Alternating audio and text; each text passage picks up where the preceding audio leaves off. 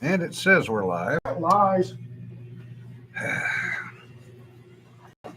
You're going to eat cookies with your. I'm hungry.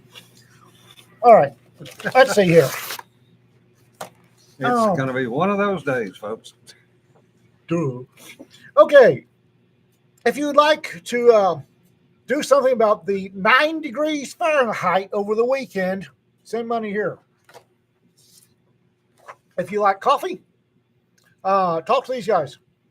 Please tell them you heard about it through us, so send us more coffee because we're flat burning through it. Yeah.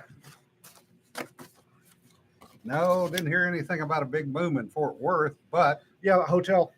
Oh. Gas leak. Alleged gas leak at the Sandman Hotel in Fort Worth. Blew all the windows up. Oh, lovely. Last I heard, 11 injured, no deaths, but one missing, allegedly. Damn. I must have really missed some stuff this morning. Yeah, well, that was yesterday. Yeah. But I'm just wondering, you have to wonder, was there a gas leak and it blew the place up? Or is this a government cover-up for MHI? Yeah. There was a vampire infestation and... yeah. No okay. telling. Look at the 14th, folks. This morning it was 9. Now it's 7. Yeah.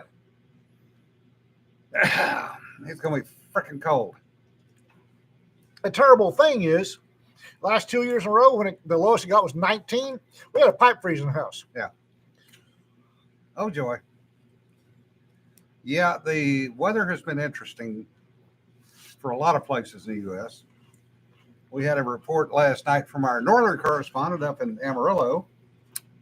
Alma said I-40 was closed. There was a whiteout. Winds were 20 to 30, gusting to 50. And a little bit later, I got a text from her that said, oh, by the way, the roof just blew off the firehouse at the airport. Holy shit. 70-mile-an-hour gust. Oh, also, this morning when I looked at Sunday the 14th, it was supposed to be 9 degrees with a 20% chance of precip. Now it's 7 degrees with a 71% chance of precip. And Dorothy told Cedar last night that we had known gusts of 47 miles an hour here in Iowa Park. Oh, yeah. Last night was interesting. I had to prop up my fence. Yeah. So, not. This is creating. Since I'm flying back Sunday, this is creating some angst, changes in travel plans. Yeah. Rita may not be accompanying me to MarsCon because we have a very small dog who is in early stages of kidney disease, and the boarding place we love is not as well insulated as one might like. So Rita and I are going to have a discussion today. She may not be going to MarsCon. She may be staying here so that the dogs can stay in the house and she can keep an eye on the pipes. Or I may send her up and I'll do it. I don't care which. Yeah. Winter. I hear you were talking some shit about me. No shit. Yeah. 7 degrees. Last year, I keep telling people winter's going to get worse. No, global climate change. There will never be winter again. It's going to get worse, guys. Yeah. Well, here you go. I believe in global climate change. When I was a kid, they were telling me an ice age is coming, and I believe it. Yeah. So here we are. Last year, the worst it got was 19 degrees Fahrenheit, and that was pretty spectacular. I'm here to tell you. No, we had 13. 13 degrees Fahrenheit. Anyway, in the teens, and that was pretty spectacular. I'm here to tell you. Well, now we're going for single digits. Next year is going to be really fun. Yeah. Oh. And our houses aren't insulated for that. I mean, no, mine damn sure isn't. With this wind we've had last night, the house is about running 2 to 3 degrees cooler than it usually does with the same settings. Yeah. Because the wind just comes through and sucks it all out of the house. No kidding. Yeah. And my house is from the 1920s, Sears kid house from the 1920s. And the insulation has been or compacted down or used for nesting material, and there ain't none. Yeah. Sorry about that, Drang. We're not trying to talk her out of it, but weather is going to be weather. Yeah. It all equals out at -40. Yeah, been there, done that. Don't want to do it again. Well, I do have all of my Arctic gear still in the garage though. So the thing is it's North Texas. If Mrs. Drag doesn't like it, the hill country is beautiful and a lot warmer. Yeah. Usually. Did you say that you've got the Arctic gear in the garage so that you can go out and smoke? yeah. Allegedly, we got something that I guess I'm supposed to open. If this is a monkey, I'm gonna lose my ever-loving poo. Well, while you're doing that, Cedar has a short story up under one of her pen names, Lilana Begley, and it's called Dingen. Degen, whatever you want to call it. A short science fiction romance. It's up on Amazon. So if you like what she writes, it's 99 cents, or if you're in Prime, it's free. So go read it. Canned possum? Yeah.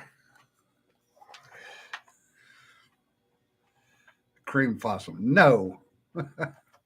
With sweet potatoes and coon fat gravy.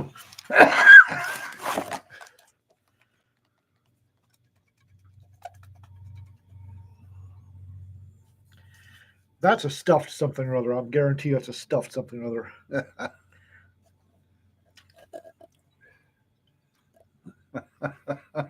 Well, they're trying to make the clam mayonnaise look good. They ain't made it yet, but they're trying. This sounds like it's not a monkey. Sounds like a stuffed something or other. This one does too. I think these are stuffed animals in cans. I certainly hope so, because otherwise they're leaving. Oh, Lord. Loudy. Armadillo on the half shell. Okay, that's Cream cool. possum, coon fat gravy. We know who we can send that to. Well, it sounds like a stuffed something or other, Uh-huh. like a stuffed animal. I think it should go off to our friend in the wee northern New York, so we can have a little bit of home. Send it to Kelly. Regifting is a thing. Yes, this one the armadillo will keep. So Okay. Well, the thing that is, if you send that to Kelly and he opens it up and it is a stuffed animal instead of cream pasta, he's going to be upset. he's trying to lose weight, so it's okay. And he's from Louisiana. It ain't okay. So I have a couple production things concerning books. Okay. How about it? Since it's It's Tuesday, Tuesday. Weird West is open. Yes, guys. We're West It opened on the 8th, and I have to tell you, it was kind of hilarious because at like 8:01, Ping, ping, ping, 8:01, I had like 5 stories show up. You guys are getting really good about that. That's really great. Reminders on things that are closing. Pen Up Noir 3 closes this Friday. Space Marines closes the 19th. Also, All Will Burn 2 publishes Friday, the day we're at MarsCon. We have it at MarsCon. So that's what's coming. When is Pin Up Noir 4 open? Next year. Because anything new from now on is next year. So, because we are full. All the spaces I kept open when I set up the schedule have filled right up, and we're not even through the first 2 weeks of January. Right? Yeah. I told you. Yes, she did, Raptor. I'm sensing John just made a face. Yes. So, Having eaten possum and armadillo both, and yes, I'm a coon ass out in the side of Louisiana swamp. I'm here to tell you, no, I ain't that desperate again. so I may be in the future, but I'm not now. I was feeling stabby and decided to pick a fight with somebody. So I wrote a blog post. And I wrote a blog post about Vanity Presses. Yes. I don't think I got across how much I hate Vanity Presses because they're predators.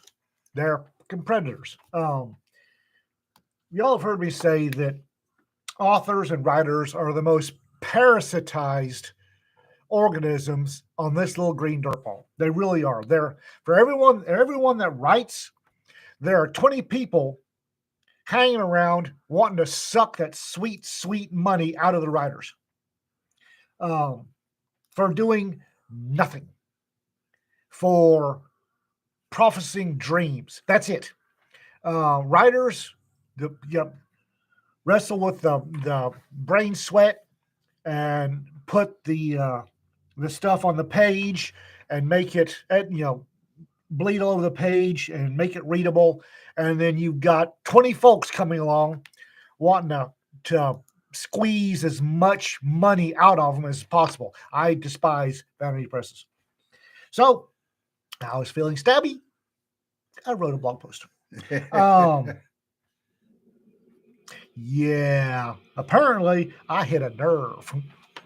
Yeah, My- just a little bit. Apparently my name is being taken in vain in a lot of private press and publisher Facebook pages. I'm good with this. Talk about you, they ain't talk about somebody else. I'm good with this. I do. I dislike vanity presses. I do. And the fact that they don't like me, okay. I mean, I don't care. I seriously do not care. These people they don't even classify as tapeworms. At least tapeworms don't actually know what they're doing. They have no concept. These folks, pardon my French, fuck over writers because they can. And they know they're doing it and they don't care. There's one that Jim and I 11 minutes. There's one in Wichita Falls that Jim and I beat on a regular basis. They have to keep changing their names and changing their, because they're and the worst, the absolute bloody worst, are the ones that hide under Christian. We're a Christian publisher. Yeah, right. There's one gentleman I know that self-published his work under a Christian. Have fun, Drag. He's got to go back to class. Sorry. This very Christian publisher, and I forget who they are. I put it on Facebook. I was pissed off at them. And they got him for 10 grand. Yep. They got him for 10 grand. And his book is probably going to sell to his family and his friends, and that's it. Yeah, and he paid for 500 books. No distribution, no advertising of any kind. Basically dumped it on him and said, here you go. Yeah. We have taken your check for 10 grand and we have published your book. They own a significant chunk of rights to it. Yeah. That's the one thing that you never want to give up is your IP, and you never want to give up the copyright. Okay. You do have to give up rights, but make it temporary. You interrupted me before I could finish. Normally, if you are in an anthology, you cede the rights for 1 year. That's pretty much standard, at least for us, for doing it. Now, some people want it for 3 years. Or five. But those rights should revert to you at the end of the contract period, whatever it may be. That way you can publish it in another anthology. That way you can publish it anywhere you want to. Sir Brass, that's a $64 question. Part of it, honestly, I think is ego. Desperation. We have a little old lady here. Cluelessness. I find out who her publisher is. I'm going to shank him in the kidneys. She has published 7 or 8 books through a vanity publisher. And she has paid for every one of those books to be published. Started out at around $500, and the last time we talked to her, it was up over $1,000. For clip art covers, too, by the way. The covers absolutely sucked. She had to do all the formatting. She had to do everything. Basically, she did all the work, handed them a finished manuscript, and $500 or $1,000. Whatever. And they put a clip art cover on it and printed it really cheaply, and then showed it back to her and said, here you go.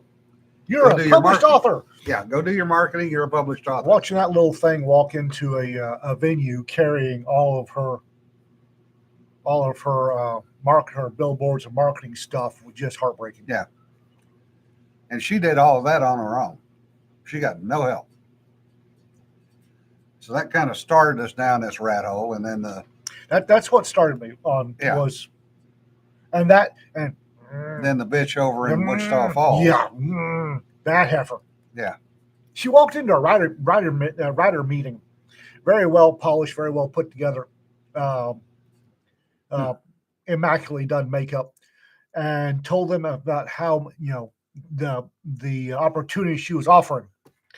And if you send her a manuscript, she'll pay you $250. And then she will keep the manuscript in perpetuity and publish it under her own name as her work. And you lose the IP. Yeah, she keeps it in perpetuity. No copyright, no IP. Oh, and she got pissed off at me. She got pissed off at you too. Yeah. It's like, no. Yeah. And she never came back. No, she didn't. I don't think she got any manuscripts from her writer group either. Nope. One thing I always liked about the indie writer bunch, and this I'm talking about going back 10, 12 years when I first started being aware of them, is your phrase, "a rising tide floats all boats." Yeah. Every indie writer I know of tries to help the other indie writers. Yeah. Now, sometimes the way they're trying is not a good way, but they try. And there's a couple of honest, arrogant dick weasels out there, but there always are. Yeah. But for the most part, independent authors try to help each other. It's really good. We've helped people get published, not for any monetary recompense, but just because they needed help. And that's one of the reasons that we've taught for years an indie publishing panel at major cons, because we don't want people to make the same mistakes we made when we started. And it's one thing to learn by experience, but if I can save people money and keep them from making mistakes, I'm going to do my damnedest to get the word out so that they don't make the same mistakes we made when we started out. Yeah, that's a good point, Mona Lisa. Rising tide lifts all boats, only if all boats are allowed on the water, and that's not always the case. We're working on that. Yeah. Behind the scenes, we've got some stuff in the works. Yeah, Mike's turned around quite a bit on sharing his knowledge, which is excellent because Mike's been doing this a while. Well, Lisa, little sister's also good about sharing her. Yeah. If you're a writer and you're not reading Mona Lisa's Substack, you should. Yeah. But she puts up a lot of good crunchy information. Yeah. Things that will improve you as a writer. Apparently, I struck a chord with that post. Good. Vanity presses are lower than tapeworms. Yeah. They're parasites and they need to be starved. They really do, folks. Now, if I will say, Jim, my first novel, the publisher kept the rights for 5 years. So yes, the publisher will want the rights limited and for a limited period. Don't give somebody the rights to your world in perpetuity. Don't give them your work in perpetuity. There should be in the contract a time the rights revert, or a way to get them reverted. Well, if it's an honest publisher, they're going to revert the rights anyway. If it's an honest mafioso, yeah. Little sister and I have a difference of opinion when it comes to traditional publishing, but she's probably right. But I am a stubborn Scotsman, and I will stick to my opinion. But just remember, save the last round for yourself. Fuck that. Yes, rights. Yes, Richard, you can. Yogg's law is money flows to the author. The corollary to Yogg's law is that money and rights should be controlled by the author. And that was added because of independent publishing and small presses. don't. If you're an independent author, yes. If you want to, no, for God's sake, Sanford. If you want to, if you probably need to pay for an editor. Quite honestly, there's not many independent authors out there that don't need editing, and you probably should pay for editing. You should pay for a good cover art. I don't think independent authors, small authors, beginning authors know how important your cover art is and how quickly you can screw that up. Well, there's one of the things that you need to do as an indie author is understand what your limitations are. I knew I couldn't edit myself. I knew I didn't have the capability to do artwork. So I pay for both of those. That comes out of my pocket up front. Yeah, but you control it. But I control it.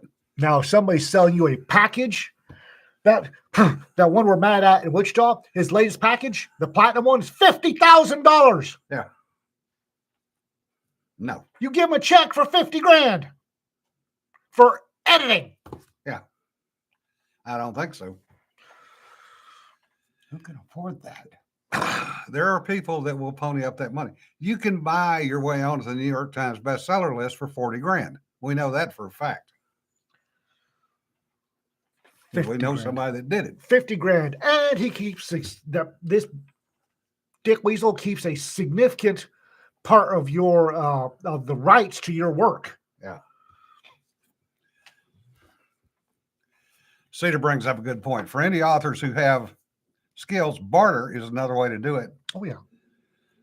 If you don't have the budget. Indie co-ops. We've been pushing indie co-ops since Bracketer Press has been a thing, and probably before. Indie co-ops, independent co-ops are a great thing.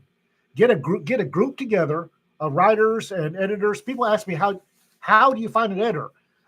I don't know. They show up. They seriously do. I haven't been to a con yet that somebody didn't say, I can edit. Get in touch with me. Yeah. But form co-ops. And you write your manuscript, send it to Joe Blow, who edited it. In return, he'll send you his manuscript for you to edit. Win-win. Yeah. Or you do alpha reading or beta reading for people. Just remember, some of these people that claim to be able to edit Can't. Yeah. But that caveat emptor. Yeah. It's as true now as it was back in Roman days. Mm-hmm. There are people that will show up. The people that love writing that will show up and edit. We've got a shit ton of editors. Yeah, they're good ones. Every one of them that I've talked to, they're good editors. They're out there. They're out there. And Jesse says, I'm reduced to bribing my copy editor so she doesn't stab me at the next meeting. Well, I know Sarah. She'll take your bribe and still stab you. Yeah, exactly. Some of them do charge 25 cents a word. Yes, that's true. Some do. It's some it's flat fees. Some do want splits. We're currently doing splits. Yeah. Some do it by the page. So don't try to cheat them and go to 8-pitch font. But okay, so what you do is you join a group on Facebook or whatever social media. There are writer groups out there, North Texas Troublemakers. Somebody, I need an editor. Somebody will pop up. Ask everybody else in the group, is this person a good editor? Yeah.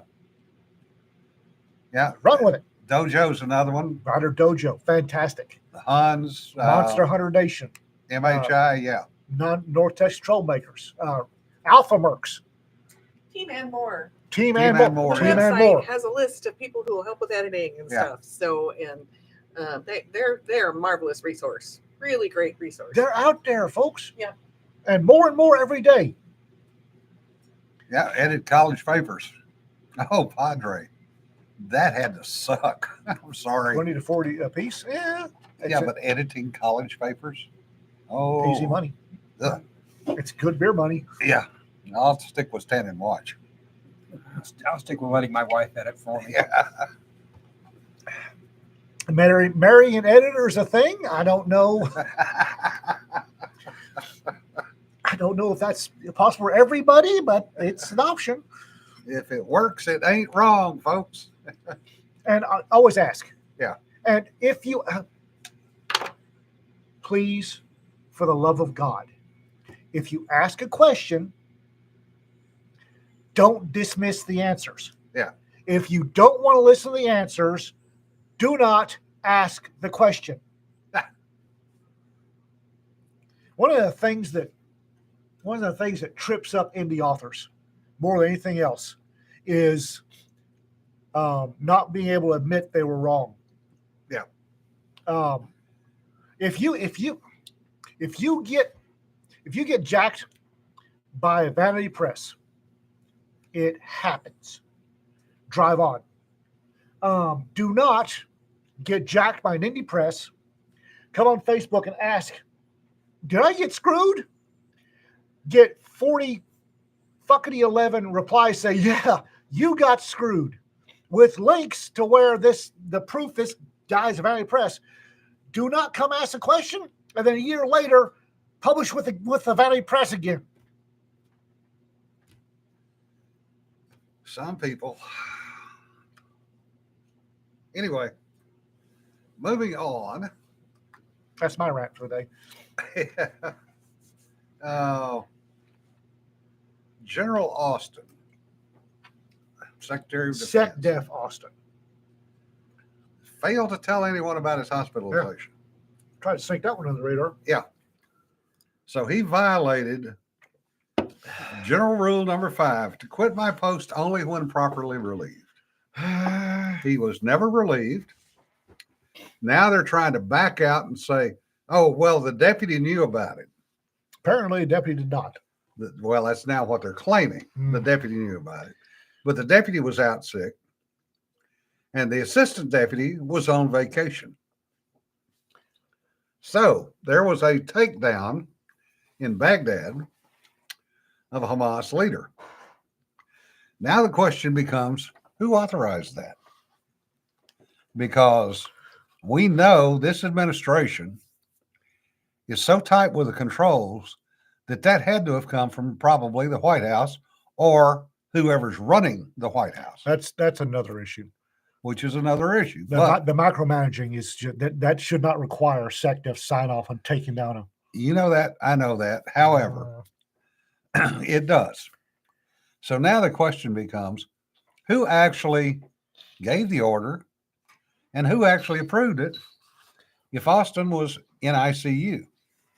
There's no way in hell they had him in ICU and hooked up to a secure communication system. Sent the CENTCOM command, or as far as I'm concerned, the boots on the ground should be able to authorize it. Battalion commander, company commander should have been perfectly okay with authorizing that whack. Seriously. Yeah, but we know from the Afghanistan evacuation that was not allowed. Yeah. And the E4 Mafia should be allowed to authorize that whack. Yeah. Well, there should be a list. There should be. I don't know what happened. There used to be a smoke list. If Yeah. they're on the smoke list, whack them. Yep. That's a twep right there. You see this guy, you thump him. This is the smoke list. Yeah. Go forth and sin no more. Well, John, I'll ask the question then. The takedown authorization could have been given earlier. Smoke list. But we know for a fact this administration has been basically approving everyone real time.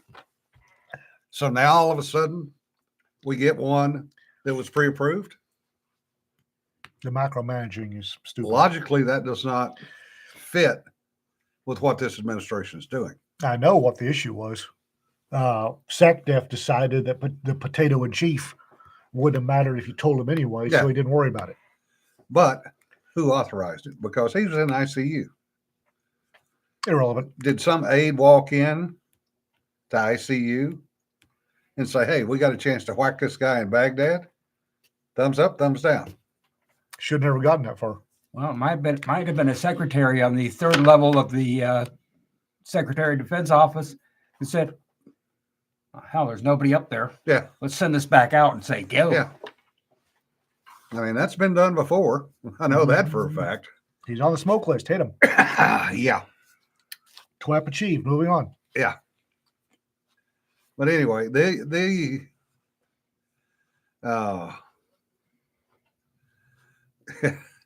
I'm not sure SecDef would have done it. Or I'm sorry, the chairman of the JCS. Joint Chiefs would have done it without higher approval. It's all conjecture. It's all conjecture. You're right. But it does raise the question of, for supposedly a transparent administration, what else is going on that we're not seeing? This administration is about as transparent as a jar of potting mud. Yeah. No, or Claminaze. they've been transparent. The steal of the election was transparent, and they just sit there and deny it. That's been the thing with everything. Sir Brass, I doubt it very seriously. Combatant commanders in this administration basically are nothing more than glorified secretaries. They can't do anything without higher approval. That's no way to run a military, Yeah. but that's neither here nor there. Courtney's here. It's a Courtney. Oh, anybody that's been following the Sam Nettles saga on Facebook, Be kind. Be nice. I got two female voices going, be kind, be nice. And I was going to say it's been resolved. He finally checked his email. After watching Writer Dojo, where you told him to check his email. So we can stop looking for Mr. Sam Nettles. He has popped up. So now, Richard, this is the last one of the ones you sent. So he's that's been satisfactorily resolved. Thank you. Because I love our crew of Hanyaks. Because we started yelling for Sam Nettles, and y'all jumped on board and apparently have been shaking the trees looking for Sam Nettles. You don't have to do it anymore. He's been found. Thank you, guys. Yep. Take his face off the milk cartons. Yeah. It's like, I wasn't so sure that he wasn't going to wake up and have somebody sitting in the chair in his bedroom saying, "Hey, have you contacted Raconteur Press yet?" That does remind me of a funny story. New anthology. Where in the world is Sam Nettles? Does he get to wear a big floppy hat and sunglasses and red clothing? Yes, right. That's actually not a bad idea.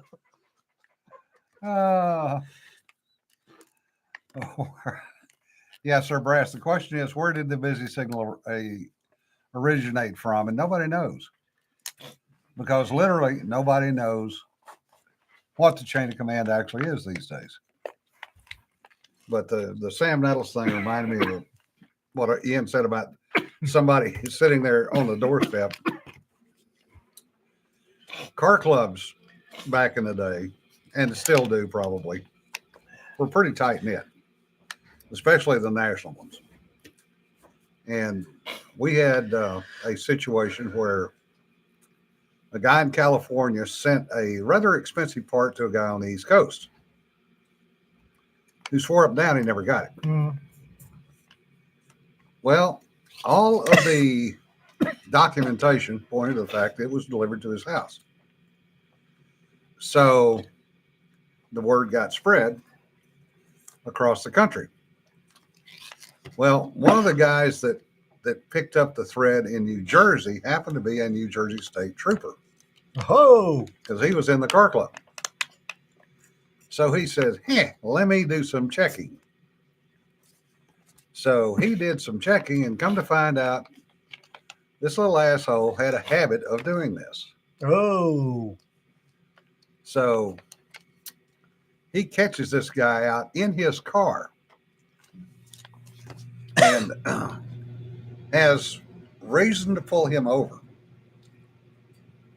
So he pulls him over and he checks, and sure enough, the part that he claims he never received was on his car.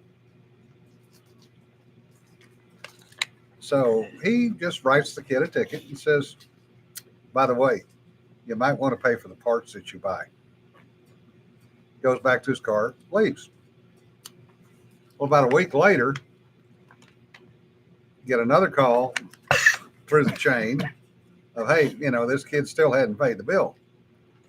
So, state trooper, Hard-headed little bastard. yeah, state trooper, along with the sheriff and the chief of police of this little New Jersey town, North New Jersey town, show up at Mama's house and basically lay out all the evidence in front of her.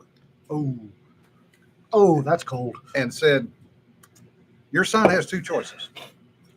He can pay the bill today, or he can go to jail today. Your choice. And the son apparently walked in about that time. Oh. And according to the state policeman, it was rather epic. Because she made him literally go to the bank, get the money, come back, and give it to the three officers. And she said, I will never, ever again accept anything for my son in this house. Oh, ouch. She says, I did not New Jersey. realize, New Jersey. Yeah. Wow. the whole song and dance. But it went from California to New Jersey, and it was taken care of. Well, have you been following the Hake Dodge Demon? Oh, yeah.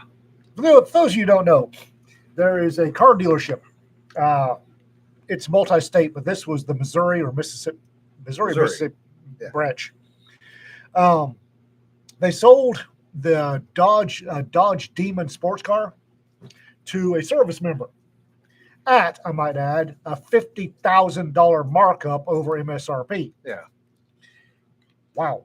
So the service member is going to be deployed in Sandbox, Iraq, I think. Excuse me. So he has his wife go pick it up when it arrives. So the wife shows up, and apparently what happened was somebody else had also ordered a Dodge Demon, and something happened to that one. So they sold the service member's Dodge to this other guy. Yeah. Well, the guy that bought it went on to a Facebook Demon Owners Club and posted his new car and the bill of sale. Yeah. And the service member who originally bought it was also in that. Yep. It was And also in that same Facebook group. And went, what the hell? Well, Hake doubled down on the stupid and made a whole bunch of stupid statements, up to including stating that the service member wasn't actually in the military. And it got to the attention of the owner, the CEO of Dodge, Yeah, who contacted and said, what the hell? And so there was a lot of hemming and hawing, and they finally said, oh, we have sorted that to everybody's satisfaction.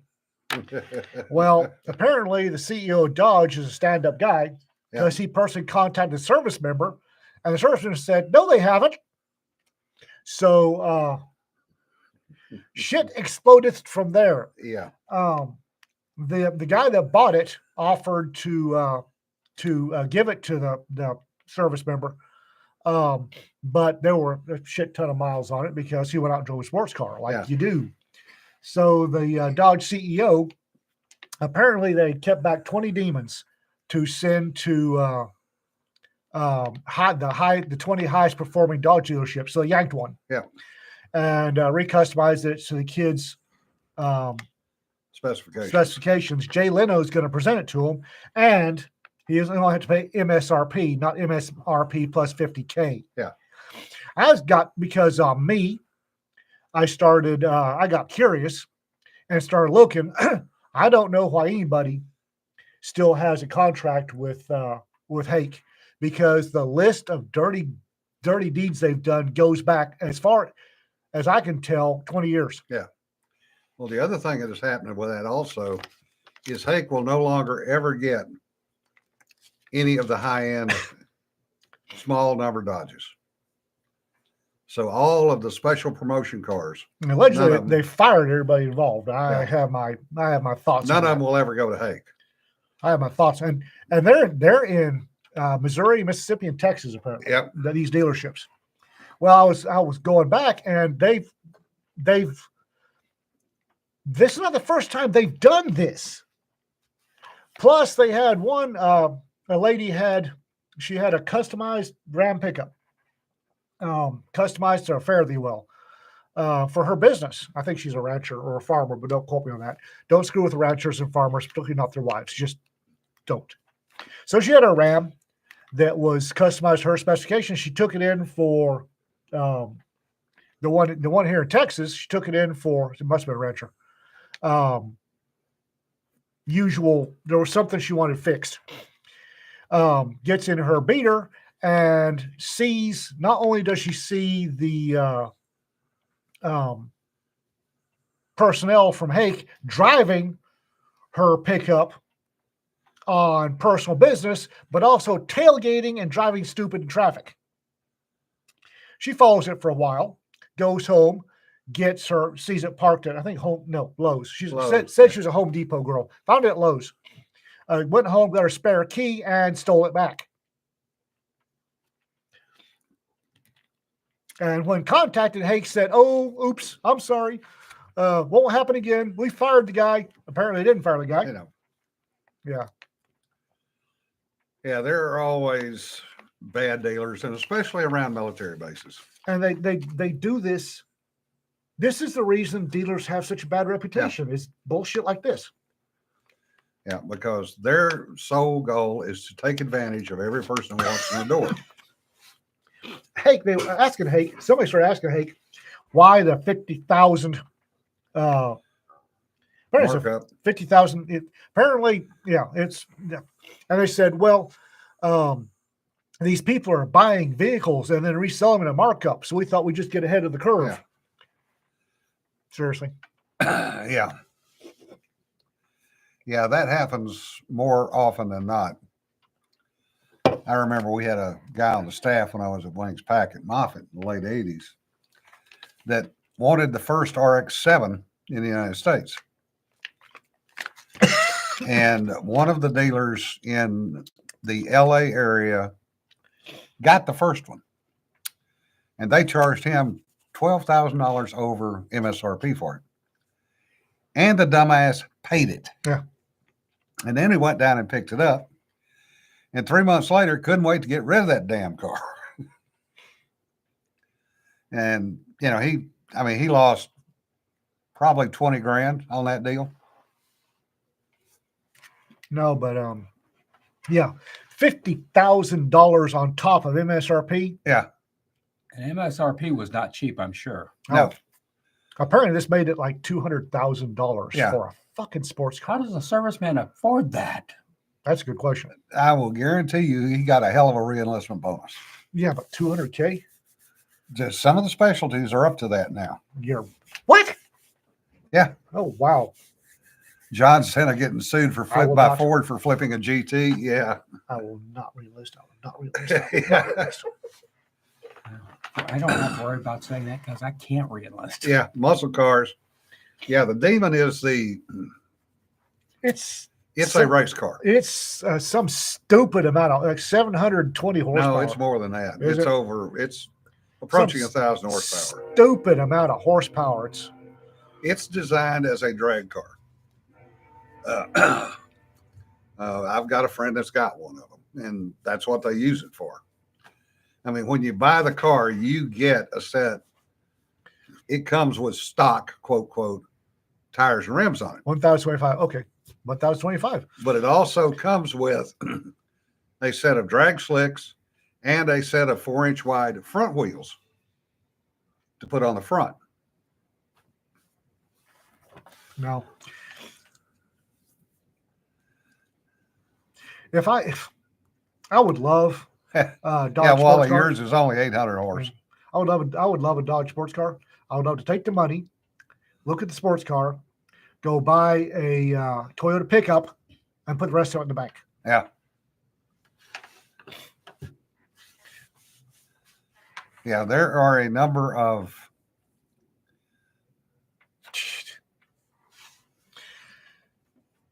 yeah, 800 horsepower. It's actually dynoed up over 1,000. Good way to kill yourself.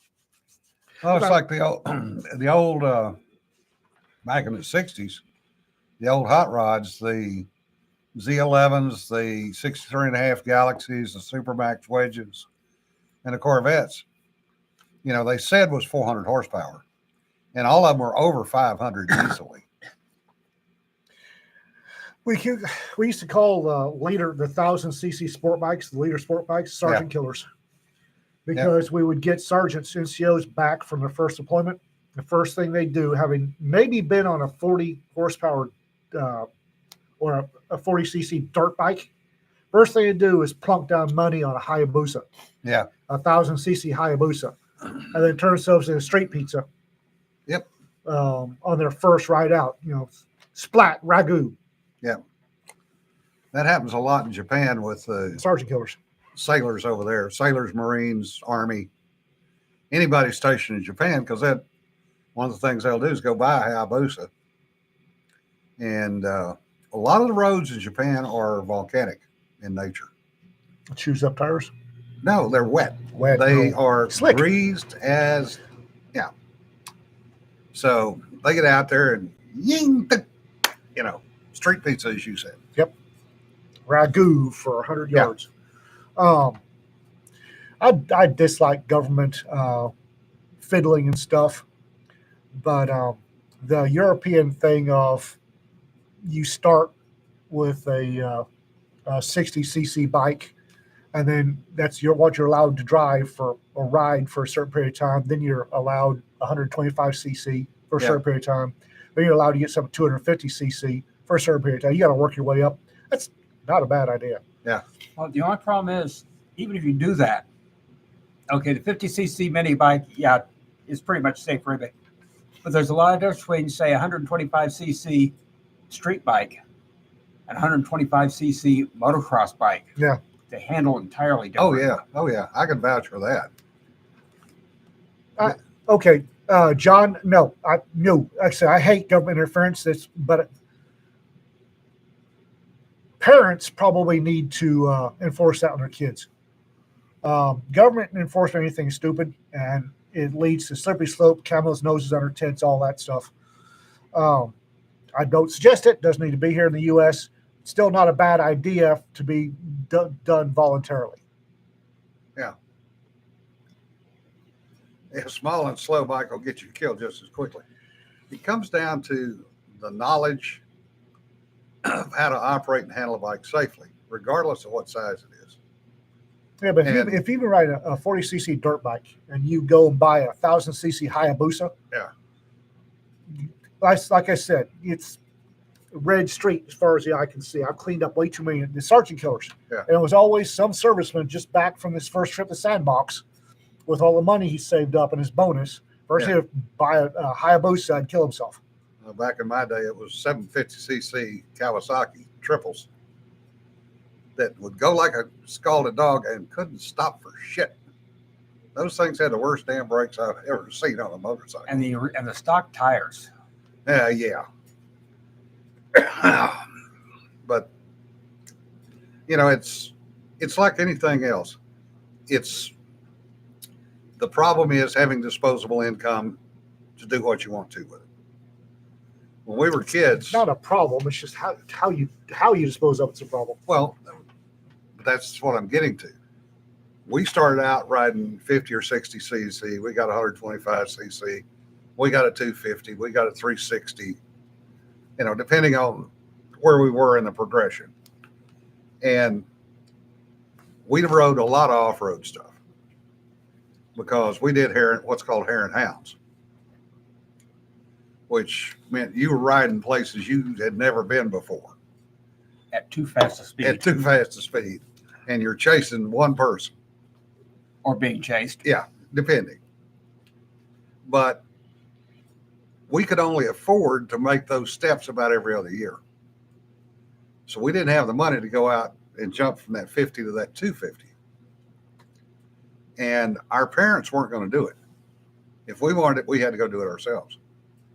Nowadays, a lot of times the parents, oh, well, I need this Hayabusa. Okay, here you go. Well, and another thing about it is that a lot of people don't think of is if your parents did help you with getting a bike. Yeah. And you wanted to step up from the little 50 cc motor, they might go get you a 70 cc motorcycle.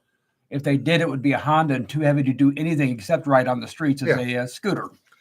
But the problem is that nobody takes the time to actually learn Yeah, I'll give you that. how to manipulate the motorcycle, regardless of size. Yeah, I'll give you that. Nobody rides off-road these days. You don't see, back in the 70s, we were always running down ditches, running along the side of the highway. Not on the highway, down the side of it. Well, you weren't illegal to be on the highway. Yeah. You weren't old enough. Now, if you've got a street bike, that's the only place you can ride it. And also, when we were doing it, people had their windows rolled down so they could hear you coming. Now everybody's got the windows rolled up, the stereo blaring, and a cell phone in their face. cell phone in their face. They don't see you. They don't hear you.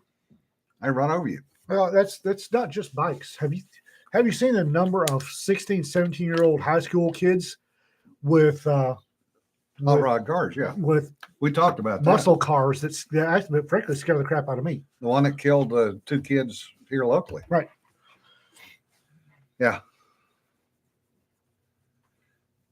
Oh, I remember we were, matter of fact, coming back from a hare and hound out at the lake, and one of the kids left early, and we headed back in as a group. It was probably 10 or 12 of us, and he had run into the back of a tractor trailer that was parked on the side of the road, and we had to identify him, what was left of him, and that put more than one of the group off motorcycles. Now, I know I didn't ride on the street for years after that. Somebody upstream in the chats made mention that that some government agency is writing a rule, not legislation, a rule to impose basically governors on cars. Yeah, it's the National Highway, it's the DOT and National Highway Transportation Safety Board, whatever. Yeah, 2025, it's public comments opened up for intelligent speed control. Yeah. Which makes it difficult to exceed the speed limit. And it's bullshit. It's like I've screamed and raised hell about the passive technology that won't let you start the car if you're incapacitated. Yeah. That's coming in 2024 or 2025. I forget which. Yeah. But no, it's got a check. If you're impaired, won't let you start the car, which is bullshit. Yeah. Yeah, it's intelligent people control, Jim. You're right. Yeah. And yes, we have lost a lot of travel lanes, not in Texas, thank God. Converted to bike lanes or parking. Oh. Because apartment complex in Colorado was right off one of the biggest side roads.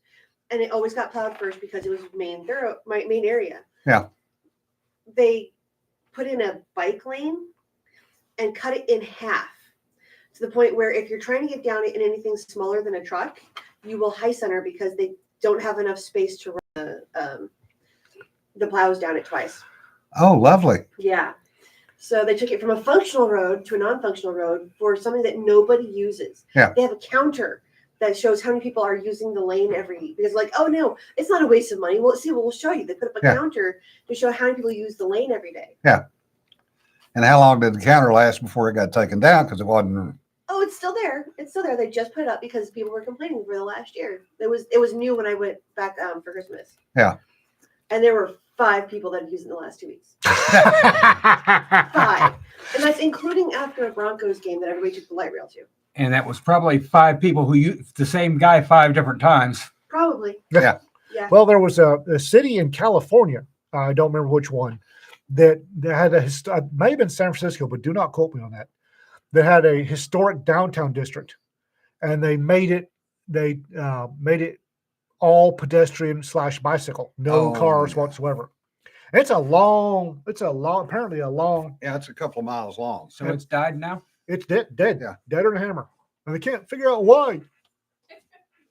I want to say Carlsbad. I don't know. So in the Uh-oh. early 70s, Eugene, Oregon closed their entire downtown with all their major department stores, bummer shaped, big, huge stores, Woolworths, Seymour's, everything.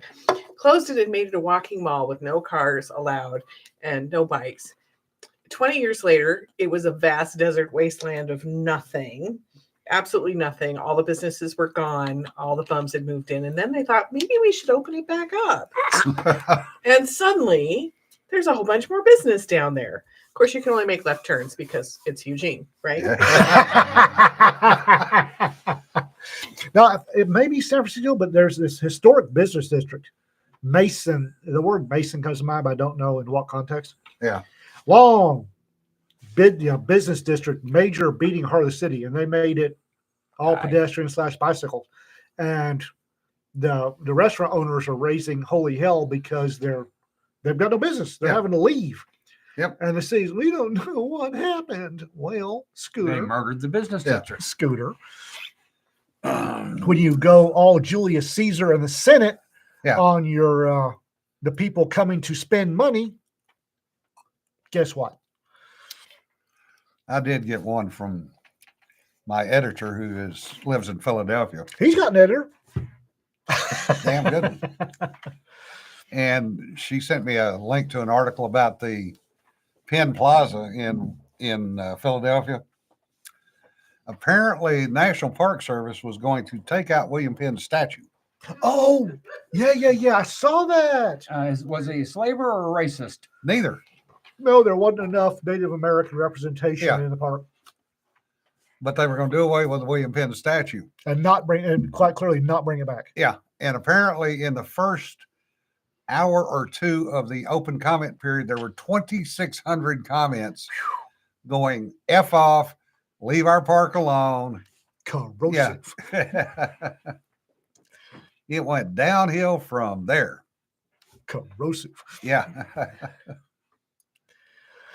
Oh, okay. Let's see here. All right. We're coming down to the end. What else? What have we not covered? I invented my spleen.